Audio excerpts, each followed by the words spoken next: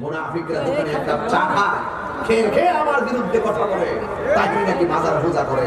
আমি ওদের ক্লিয়ার করেছি, সেজদা পাওয়ার মালিক একমাত্র আল্লাহ, আল্লাহ ছাড়া কাউকে সেজদা করা যাবে না। এইভাবে কথাগুলো বলার পরেও যারা আমাদেরকে নিয়ে মিথ্যা অপপ্রচার করে, বুঝতে হবে না জাতির দুশমন।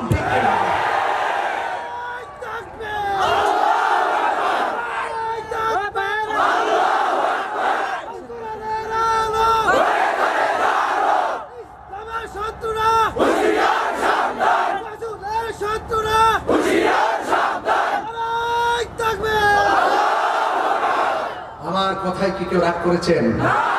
আমি তো হার্ট লাইনি কথা এতক্ষণ বলি নাই, 1.5 ঘন্টা হয়ে যাচ্ছে, আমি তো এখন হার্ট কথা বলি নাই।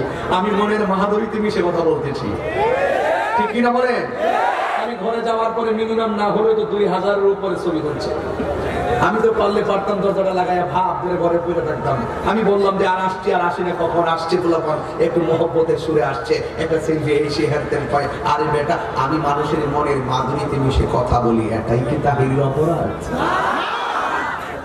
আগে মানুষের সঙ্গে মিশো, আগে মানুষকে ভালোবাসতে শিখো, দেশকে ভালোবাসতে শিখো, দেশের মানুষকে ভালোবাসতে শিখো। তবে আমি আপনি আমরাই তো বাংলাদেশ, এই দেশটাকে আরো সুন্দর করে সাজাতে পারি। কথা বলেন ঠিক কিনা? আমার ত্রুটি হলে আমাকে ধরে দাও। মায়ানমারে সেদিন বলছিলাম একমাত্র কক্সবাজার থেকে, মায়ানমার মাঝে মাঝে বিমান, যুদ্ধ বিমান উড়াও, বাংলাদেশে লাল চুপ দেখাও। আমরা সেই বিনা আমার বাপ দাদারা অস্ত্রের সামনে লাঠি নিয়ে নাই না, বুকের তাজা রক্ত বিলিয়ে দিয়া দেশটাকে স্বাধীন করছি। লাল চোখ দেখাও আমরা বাংলাদেশে, সাবধান বলে দিলাম, আমরা কখনো লাল চোখে ভয় পাই না। মায়ানমারে বলছি, আরে আর্মি র্যাব বিজিবি লাগবে না, আমরাই যথেষ্ট। মাঝে মাঝে আমরা কিছু ট্রেনিং যদি সরকার দিতে ভালো আছি, তোমরা আপাতত কয়েকদিন শিক্ষা হওয়ার সময় কাজে লাগবো, বেতন দল লাগবো, শিক্ষা দেখলে চলবো, সময় কাজে লাগবো। এগুলো পরিষ্কার কথা। এই কথাগুলোর মধ্যে কোনো ফাঁক আছে? ফাঁক আছে? দেশকে ভালোবাসা ইমানের অঙ্গ। কথা বলেন ঠিক কিনা? আসুন আমি আপনি আমরা মিলেমিশে সুন্দর করে সাজি। পরিষ্কার কথা, উলামায়ে কেরামদেরকে নিয়ে ট্রল করো না, ঠিক কিনা বলেন? উলামায়ে কেরাম মসজিদের ইমাম, উলামায়ে কেরাম মসজিদের খতিব, উলামায়ে কেরাম জানাজার মাঠে, উলামায়ে কেরাম বিয়ে পড়াইতে, উলামায়ে কেরাম ফতোয়া দিতে, উলামায়ে কেরামদেরকে নিয়ে তামাশা করো না। ভালো কিছু ছাড়ো, তোরা মানে বলতো বুঝছি তো বুঝছি আমি রাগ করছে, দেখ স্লোগান দেখ দাঁড়া।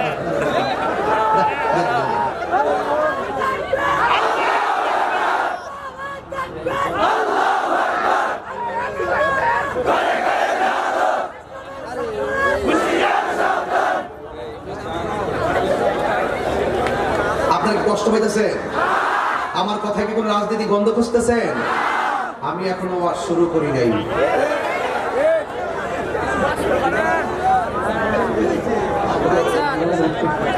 মারহাবাগন, আমি মনে হয় গজল বেশি গায়ে ভালোইছি না? কয়টা গাইছি? আমার তাহিরের গান গজল গা, এখন 1.5 ঘন্টা গেছে, গজল কথা মনে নেই। মারহাবাগন, তাহলে আপনারা কি আরেকটু সামনে যাবো? ইনশাল্লাহ আরেকটু সামনে যাওয়া যাবে নাকি আমাকে মাঠে ফেলে আপনার বাড়িতে চলে যাবেন? যেখানে যান তাহিরকে নিয়ে যান ইনশাআল্লাহ, ঠিক আছে? আল্লাহ হাবিবি কাম টু কক্সবাজার যাবেন তো ইনশাআল্লাহ। আমার কক্সবাজার আর একটা সম্মেলন দিতে বড় দেখে, প্রত্যেক বিভাগীয় ভাবে সম্মেলন দিতে হবে। আজকে টাঙ্গাইলবাসী একটা অভিজ্ঞতা দেখিয়ে দিয়েছেন যে খোলা আকাশের নিচে লাইটটি লাগিয়েছি, কত খুঁটি গেঁথেছি, কিন্তু আল্লাহ এত বড় আকাশ বানিয়েছে, একটা খুঁটির ব্যবস্থা করে না। ওই মালিকের কথাই বলছি, হাসি তামসা করে তাহিনী আজকে উড়িয়ে দিবেন না। বলুন এই খুঁটিবিহীন আকাশটা বানিয়েছে কে? বাস, হায়াতের মালিক কে? মওতের মালিক কে? এবার আমার নবী গুজবের কথা বলছিলাম, মনে আছে কথাটা? আজকে কি গুজবে বিশ্বাস করবেন? ফেসবুকে হালকা গজব না পুরা গজব? কথা বলেন, ফেসবুকে হালকা গজব না পুরা গজব? কোন তথ্য নিজে ছাড়ার আগে শতভাগ নিশ্চিত হয়ে তারপরে লিখবেন। কাহার কথা শুনে কোন পোস্ট দেখে অস্থিরতা তৈরি করবেন না। এই ফেসবুক বলে বহুত ক্ষতি হয়েছে, কথা বলেন ঠিক না বেঠিক? এরপরে কাফেররা বলল কবিরা মুহাম্মদ নবীকে মেরে ফেলা হয়েছে মজহুরের সিগার। কবি ভাইরা ভালো বুঝবেন আমি কোন সিগার ইউজ করছি। কবিরা মুহাম্মদ নবীকে মেরে ফেলা হয়েছে, নাউজুবিল্লাহ, জোরে কোন। আপনারা কি বলেন আসলে কি নবীকে মেরে ফেলছে? আরো যে মেরে ফেলছে। এরপরে আমার নবী গর্তের মধ্যে পড়ে আছে। নবীর একটা উট ছিল, উটের নাম হলো কসওয়া। এই পৃথিবীতে কয়েকটা প্রাণী জান্নাতে যাবে, এর মধ্যে একটা হলো আসহাবে কাহাফের কুত্তাটা বেহেশতে যাবে। আসহাবে কাহাফ পৃথিবীর এই কুকুরটা বেহেশতে যাবে, আর একটা মাছ বেহেশতে যাবে। যেই মাছটা হলো ইউনূস আলাইহিস সালামরে বক্ষণ করেছিলেন, মাছটা নবীর কারণে দামি হয়ে গেছে, ওই মাছটা জান্নাতের মধ্যে যাবে। আর আমার নবী মদিনায় যাওয়ার পরে দেখলাম আমার নবী এই খেজুর গাছের মধ্যে হেলান দিয়ে খুতবা করতেন, এই খেজুর গাছটা জান্নাতে আমার নবীর সঙ্গে থাকবে। এরপর হলো নবী যেই উটটা ব্যবহার করত, এই উটটা নবীর সঙ্গে জান্নাতে যাবে। অযুবক ওই উটটা চতুর্দিকে ঘুরে ঘুরে দেখতেছে আমার নবী গর্তের মধ্যে পড়ে আছে, কিন্তু ওই উটটা ঘুরে ঘুরে কয় আল্লাহ 7 দিন যদি আমি না খাইতাম, 7 দিন না খাইলেও আমার নবী যখন আমার পিঠের মধ্যে উঠে বসতেন তখন সাথে সাথে আমার ক্ষুধা দূর হয়ে যাইত।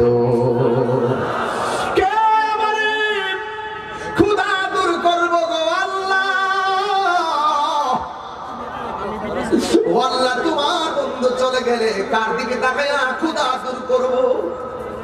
এই কথা যেই মাত্র বললো, একটা কাফের আমার নবীর মাথা মুবারকের দিকে একটা পাথর মারলো। পাথর মারার পরে উটটা তার পা দিয়া এমন জোরে পাথরটারে লাথি মেরেছে, বিশাল বড় পাথরটারে উড়াইয়া নিয়ে পাহাড়ের ভিতরে ঢুকাইয়া দিছে। এরপরে নবীর একটা সাহাবী যার নাম হলো মালিক ইবনে সিনান।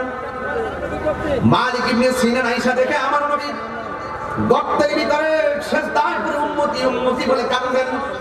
নবীর দন্ত মুবারক থেকে রক্ত ঝরে ঠোঁট মুবারকের শাফাতাইনের মাঝখানে লেগে আছে। ওই মালিক ইবনে সিনান আমার নবী পাকের ওই রক্ত মুবারকের গোড়ায় মাটি দেয় বন্ধ হয় না, বালু দেয় বন্ধ হয় না, আঙ্গুল দিয়ে চাপ দিয়ে ধরে রক্ত মুবারক বন্ধ হয় না। ওই মালিক ইবনে সিনান আমার নবীর দন্ত মুবারকের গোড়ায় নিজের জিহ্বাটাকে ইরি খেতের পানি দেওয়ার লাইনের মতো লাগাইয়া দিছে। আমার নবীর দন্ত মুবারকের সব রক্ত ওই জিহ্বা দিয়া মালিক ইবনে সিনানের পেটের ভিতরে চলে গেছে। নবী আমার ডাক দিয়া কয়, মালিক তুমি এখানে কি করো? ইয়া রাসূলুল্লাহ, নবী গো আপনার দন্ত মুবারক থেকে রক্ত মুবারক আমি আমার জিহ্বাটা আপনার দন্ত মুবারকের কাছে লাগাইয়া দিছি, আর দন্ত মুবারক থেকে যা রক্ত মুবারক বের হয়েছে আমি সব টেনে টেনে আমি পান করে ফেলেছি। আমার নবী বলে, মালিক তুমি তো শুধুমাত্র রক্ত মুবারকই পান করলা না, যেই পেটের ভিতরে আমি নবী রক্ত মুবারক ঢুকেছে এই বডির জন্য জাহান্নামের আগুন হারাম হয়ে গেছে। এই জন্য যুবক আমি বুঝাইতে চাইতেছি ওই কথাটাই, আমার নবী নিজে তলোয়ার নিয়ে ময়দানে নেমে নিজে ক্ষত বিক্ষত হয়ে গেছে। আমি তায়েফের জমিনে যখন গিয়েছিলাম, আমি নিজে গেছিলাম রাত্রে বাংলাদেশ টাইম 8টার সময়। ওই তায়েফের জমিনে যাওয়ার পরে নবী রক্ত মুবারক যেই পাথরের মধ্যে লাগা ছিল, ওই পাথর মুবারকটা আমি এখন গিয়ে দেখে এসেছি এখনো নবী রক্ত মুবারকটা লেগে আছে। আমি ঠোঁট লাগাইয়া জিহ্বা দিয়ে ওই জায়গার মধ্যে কাটতেছিলাম। আল্লাহর কসম আমার নবী দিনের জন্য রক্ত মুবারক জড়াইছি। এক যুবক আমার নবী পাথর আঘাত খেয়ে নবী উম্মতের জন্য কেঁদেছেন। নবী দুনিয়াতে মা আমেনাতে যাই সব উম্মতের জন্য কেঁদেছেন। হিজরত করি মদিনায় যাওয়ার সময় উম্মতের জন্য কেঁদেছেন। মেরাজে যাওয়ার সময় উম্মতি উম্মতি বলেছেন। রওজা মুবারকে এখন উম্মতি উম্মতি বলে কাঁদেন। এরপর আমার নবী হাসরের ময়দানে নবী উম্মতি উম্মতি বলে কাঁদবে। তখন বান্দা যখন দুনিয়ার জমিনে নামাজ আদায় করে আমার নবী রওজা থেকে খুশি হয়। বান্দা যখন আরাম, বান্দা যখন আজানের টাইমে ক্যারাম বোর্ড খেলে অথবা আড্ডা মারে আমার নবী তখন কষ্ট পায়। কথা বলেন ঠিক কিনা? এই জন্য আমার যুবক ভাইরা আমি ওই কথাটাই বুঝাইতে চেষ্টা করতেছি। যে আমার নবী হকের জন্য ময়দানে নেমেছেন, আমরাও হকের জন্য কথা বলবো। কিন্তু একটা অনুরোধ করে দিয়ে যাই, যুব সমাজকে একটা কথা বলে দিয়ে যাই, এখনো সময় আছে। আল্লাহর হুকুম আমাদের মানা লাগবে, আমার নবীর তরিকা আমাদের মানা লাগবে। হক কথা বলতে হবে, সত্যেরই পথে চলতে হবে। একটা স্থানের আকারে বসিয়া হেরের মাটির ঢেলা, হাতি নিয়ে শুকিয়ে দেখুন হয়েছে কস্তুরী মেলা। কহিল কস্তুরী তুমি কি আতর দান, তোমার গায়েতে সুবাসে ভরা তুমি কি গুলিস্তান। কহিল কস্তুরী অসব কিছু নহে আমি, আমিও তিনি চুমাটি ফুলের সহিত তাকিয়া উহার সুবাসে হয়েছি খাঁটি। এই জন্য নিজের জীবনটা, একটা ছেলের জীবন তখনই ধন্য হয়, আমার নবী বলে ওই যুবকের জীবনটা ধন্য যে যুবকটা ভালো একটা বন্ধু বাছাই করতে পারছে। যার জীবনে ভালো একটা বন্ধু বাছাই করতে পারে নাই, তার জীবনটা বরবাদ হয়ে গেছে। সৎসঙ্গে স্বর্গবাস, অসৎসঙ্গে সর্বনাশ। আজকে ক্যাডেট কলেজের পোলাপান, এই টাঙ্গাইলের বাবা, মির্জাপুরের বাবা, যত জায়গা থেকে আপনারা সবাই এসেছেন, এই আমার রনার চালার পূর্ব পশ্চিম পাড়ার বন্ধুরা, পুরাতন বাস স্ট্যান্ডের বন্ধুরা, গুড়াইয়ের বাবারা, আজকে ওয়াদা করে যান জীবনে যতদিন আমরা বেঁচে থাকবো আমরা আল্লাহর সঙ্গে কখনো নাফরমানি করব না। কথা বলেন ঠিক কিনা? রাজি আছি সবাই? রাজি আছি? যদি রাজি থাকি আমার শেষ কথাগুলো শোনা লাগবে, শুনবেন তো ইনশাআল্লাহ? শেষ কথা, আখিরি কালাম। আমি আস্তে আস্তে শেষ দিকে চলে যাচ্ছি, শুধু বোঝাইয়া দিয়া যায় আজকে থেকে ওয়াদা করা লাগবে যতদিন বেঁচে থাকবো কোনোদিন আমরা নেশা করব না।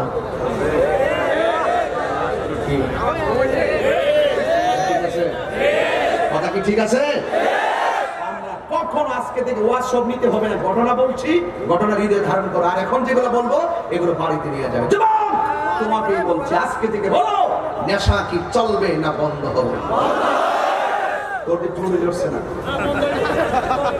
হ্যাঁ,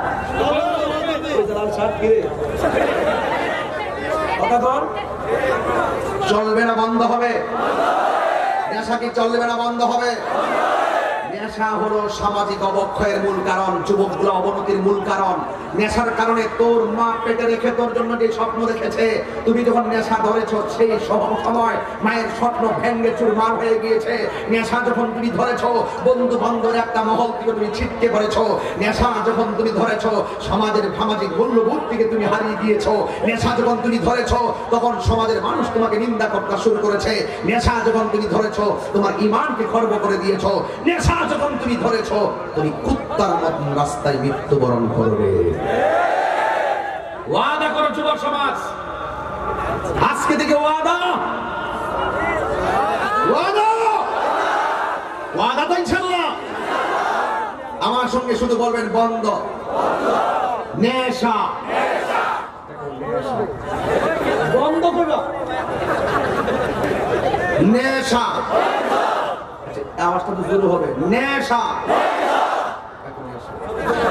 বন্ধ কর। আমি নেশা করবো, আপনারা বন্ধ করবেন। নেশা এমনি বন্ধ কর, বন্ধ সিস্টেম আছে না? এটা কষ্ট দেশে বন্ধ, এটা বলে গা ভালো করে কর। নেশা, ইয়াবা, ফেন্সি, গাঞ্জা, সুদ, ঘুষ, চুরি, ডাকাতি, মুনাফিকি, গীবত, নামাজ। নামাজ কি? মাশাআল্লাহ, আমি প্রতিবাদ এই কথাগুলো বলতে বলতে মোটামুটি রীতিমতো সবাই এখন জানতেছে। দেখা যায় এই ওয়াজগুলো দরকার আছে, কথা কোন ঠিক না বেঠে? এখন আমার সমাজ আর অন্য কোনো সমস্যা না, একটাই সমস্যা, নেশা। এই নেশার কারণে বহুত করে অশান্তির দাবানল চলতেছে, কথা বলেন ঠিক না বেঠে? এখন বলবেন চলবে নামাজ, চলবে নামাজ, রোজা, হজ, যাকাত, ইবাদত, মহব্বত, সুহবত, খেদমত, ভালো কথা, ন্যায্য কথা, দরুদ, সালাম, মাজার জিয়ারত, চলবে। মাজার জিয়ারত চলবে, কিন্তু মাজারের সেজদা চলবে না। জিয়ারত চলে, জিয়ারত চলবে। জিয়ারত আর ইবাদতের জিনিস না। ইবাদত হবে মসজিদে, জিয়ারত হবে মাজারে। মাজারে জিয়ারত করবা কিন্তু শরীয়ত বজায় রাখতে হবে। আল্লাহর ওলিকে আল্লাহ মনে করা যাবে না, ওখানে গিয়ে সাজদা করা যাবে না। এইজন্য এটা কি চলবে। এই যে হয়ে গেছে, বুঝাইলেই তো আমরা বুঝি, আমরা আপনারা মিল্লা জিল্লেই তো বাংলাদেশ কথা কোন ঠিক না বেঠে। এই জন্য যুবক ভাইয়ের আমার অনুরোধ, আমি তাইছি কই বললে কেউ আজান দিতেন না নেই?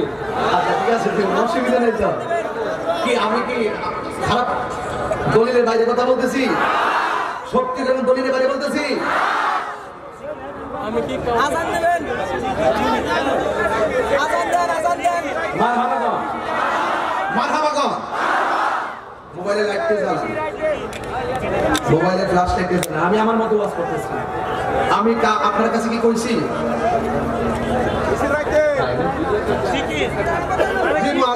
আমি একটু দেখা যায়, কারণ অন্ধকারে দেখি না তো।